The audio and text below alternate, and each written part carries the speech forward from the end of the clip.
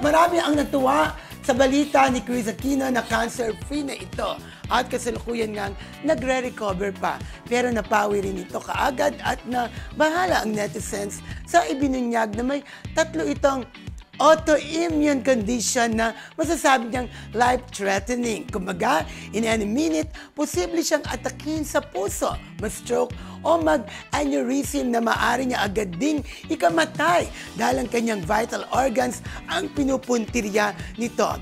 Pero siniguro pa rin ng aktres ang kanyang pagbabalik telebisyon bago matapos ang taon at ang natunugang kasalan niya sa jowang doktor ay ibalato na lang daw sa kanya. Get well, crazy! Siyempre, una niyang dinenay na yung outdoor wedding na magaganap. Oo, Ay, hindi totoo. Yung una pa lang, di ba? Malabong mangyari because of her condition na mayroon siyang autoimmune disease, ay mataas yung kanyang yung allergy ba? Kaya bawal sa kanya yung outdoor, yung mga garden, yung mga dahon.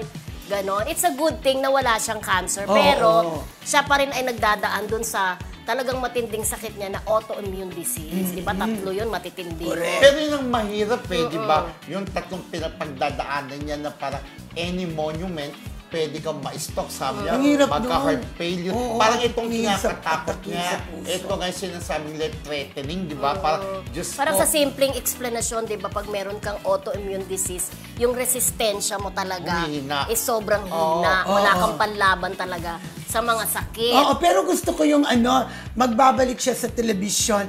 Pero, sana kung okay na sana ang kondisyon niya. Pero ang pagkakaalam ko naman, babalik siya behind the scene na lang sa telebisyon. Hindi na kaya ng kanyang katon. Kaya if I were Kris, wag na sana. Kasi puputak at puputak, salta-salta na naman siya. Alam naman natin si Kris. Naman siya ng ilaw. Tapos may mga tao na naman siyang, di ba, makakasalamuha, very sensitive nga yung kanyang kalagayan. Truly, kaya, siyempre, kaya lang si Kris Aquino kilala naman natin na baka namimiss din niya.